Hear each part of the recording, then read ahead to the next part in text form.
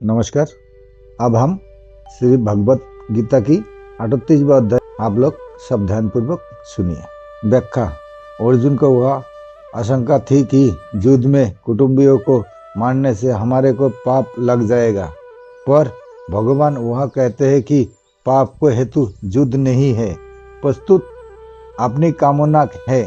अंत कामना का त्याग करके तू युद्ध के लिए खड़े हो जा। युद्ध में सबसे पहले जय और पराजय होती है। जय पराजय का परिणाम होता है। लाभ और हानि तथा लाभ हानि का परिणाम होता है। सुख और दुख। जय पराजय और लाभ हानि में सुखी दुखी होना तेरा उद्देश्य नहीं है।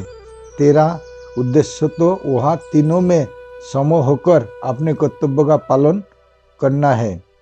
युद्ध में जय पराजय लाभ हानि और सुख दुख तो होगी ही। अंत तू पहले से वह विचार कर ले कि मुझे तो केवल अपने कर्तव्य का पालन करना है। जय पराजय आदि से कुछ भी मतलब नहीं रखना है। फिर युद्ध करने से पाप नहीं लगेगा, अर्थात संसार का बंधन नहीं होगा। सकाम और निष्काम दोनों ही भावों से अपने कर्तव्य कर्म का पालन करना आवश्यक है। जिनका सकाम भाव है उनको तो कर्तव्य कर्म के करने में अलस्य प्रमाद बिल्कुल नहीं करने चाहिए। प्रस्तुत तत्परता से अपने कर्तव्य का पालन करना चाहिए। जिसका निष्काम भाव है, जो अपना कल्याण चाहता है, उसको भी तत्परता पूर्वक अपने कर्तव्य का पालन करना चाहिए। सुख आता हुआ अच्छा लगता है और जाता हुआ बुरा लगता है, तथा दुख आता हुआ बुरा लगता है और जाता हुआ अच्छा लगता है। अंत इसमें कौन अच्छा है कौन बुरा, अर्थात दोनों ही समान है, बराबर है।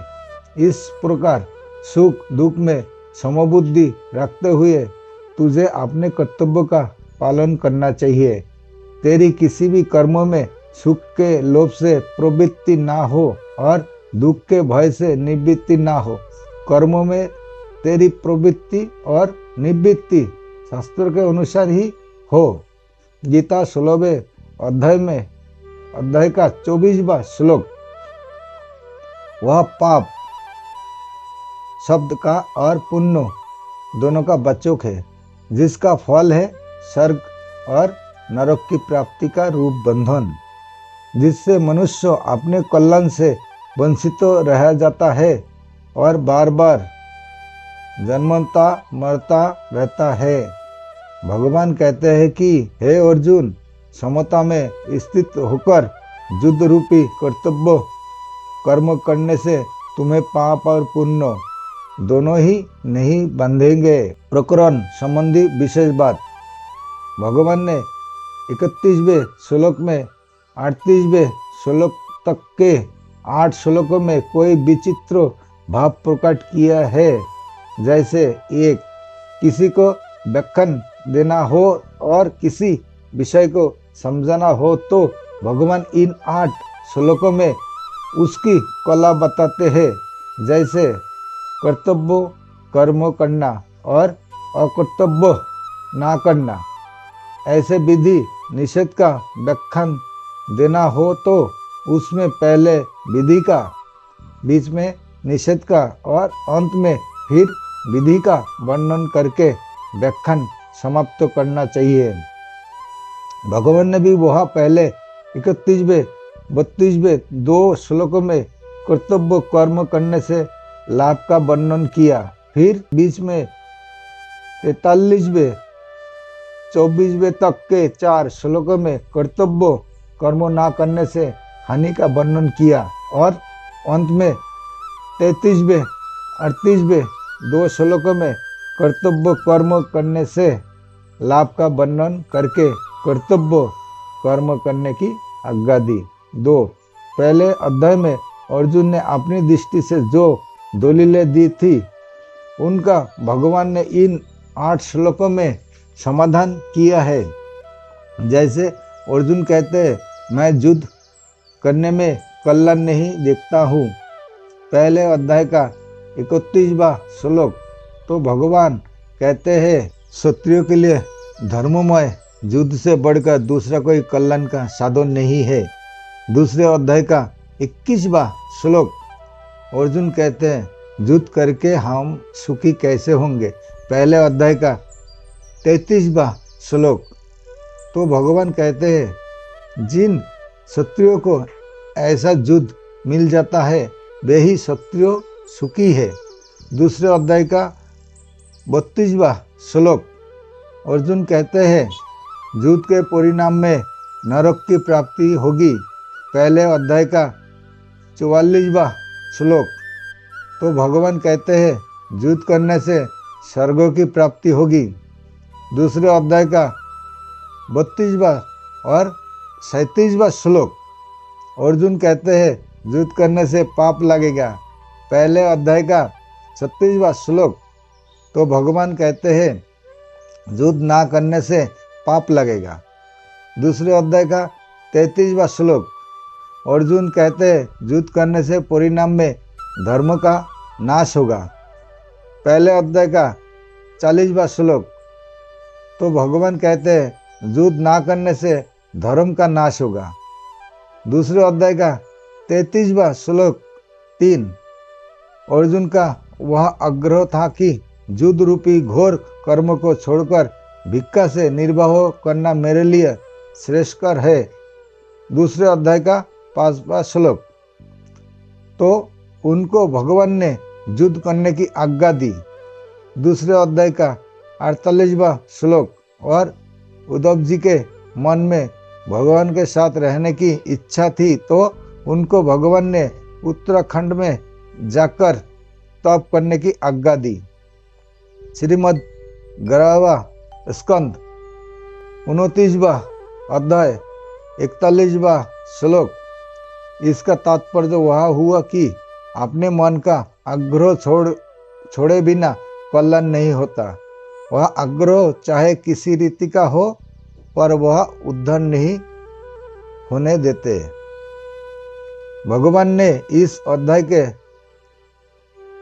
दूसरे तीसरे श्लोक में जो बातें संक्षेप में कही थी उन्हीं को वह विचार से कहा है। जैसे वह अनर्जो दुष्टम कहा तो वह धर्मादि युद्धस्त तो कहा तो वह स्वर्गद्वार भवावित वह अर्किति कर्म कहा तो वह अकृति चपी भूतानी कथयन्ति तस्याम कहा। वह युद्ध के लिए आज्ञा दी तो वही आज्ञा वह देते हैं। परिशिष्ट भाव। गीता व्यवहार में परमात्मा की विलक्षण कला बताई है जिससे मनुष्य प्रत्येक परिशिष्टि में रहते हुए तथा शास्त्र विहीन सब तरह का व्यवहार करते हुए भी अपना कल्याण कर सके। अन्य ग्रंथों तो प्राय वह कहते हैं कि अगर अपना कल्याण चाहते हो तो सब कुछ त्याग कर साधु हो जाओ, एकांत में चले जाओ। क्योंकि व्यवहार और परमार्थ दोनों एक साथ नहीं चल सकते। परंतु गीता कहती है कि आप जहाँ है, जिस मत को मानते हैं, जिस सिद्धांतों को मानते हैं, जिस धर्म संप्रदाय वर्ण आश्रम आदि को मानते हैं, उसी को मानते हुए गीता के अनुसार चलो तो कल्याण हो जाएगा। एकांत में रहकर वर्षों तक साधना करने पर ऋषि मुनियों के जिस तत्व की प्राप्ति होती थी उसी तत्व की प्राप्ति गीता के अनुसार व्यवहार करते हुए हो जाएगी। सिद्धि असिद्धि में समूह रहकर निष्काम भावपूर्ण पूर्वक कर्तव्य कर्म करना ही गीता के अनुसार व्यवहार करना है। युद्ध से बढ़कर घोर परिस्थिति तथा प्रवृत्ति और क्या होगी। जब युद्ध जैसी घोर परिस्थिति और प्रवृत्ति में भी मनुष्य अपना कल्याण कर सकता है, तो फिर ऐसी कौन सी परिस्थिति तथा प्रवृत्ति होगी जिसमें रहते हुए मनुष्य अपना कल्याण ना कर सके। गीता के अनुसार एकांत में आसन लगाकर ध्यान करने से भी कल्याण हो सकता है।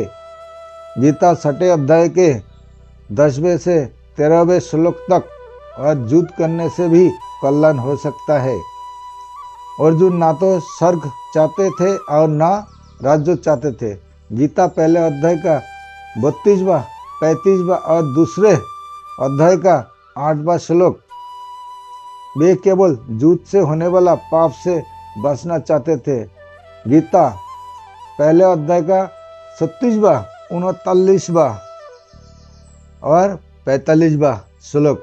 इसलिए भगवान मानो वह कहते हैं कि अगर तू स्वर्ग और राज्य नहीं चाहता पर पाप से बचना चाहता है तो युद्ध रूप कर्तव्य को समर्पणतापूर्वक कर, फिर तुझे पाप नहीं लगेगा। कारण कि पाप लगने में हेतु युद्ध नहीं है, प्रस्तुत विषमता, पक्षपात, कामना, स्वार्थ, अहंकार है। युद्ध तो तेरा कर्तव्य है, धर्म है। कर्तव्य ना करने से और अकर्तव्य करने से ही पाप लगता है। पूर्व श्लोक में भगवान ने अर्जुन से मानो वह कहा कि अगर तू राज्यों तथा स्वर्गों की प्राप्ति चाहे तो भी तेरे लिए कर्तव्य का पालन करना ही उचित है। और इस श्लोक में मानो वह कहते हैं कि अगर तू राज्यों तथा स्वर्ग की प्राप्ति ना चाहे तो भी तेरे लिए समतापूर्वक कर्तव्य का पालन करना ही उचित है। तात्पर्य है कि अपने कर्तव्य का त्याग किसी भी स्थिति में उचित नहीं है। नमस्कार, आज के लिए यहाँ तक।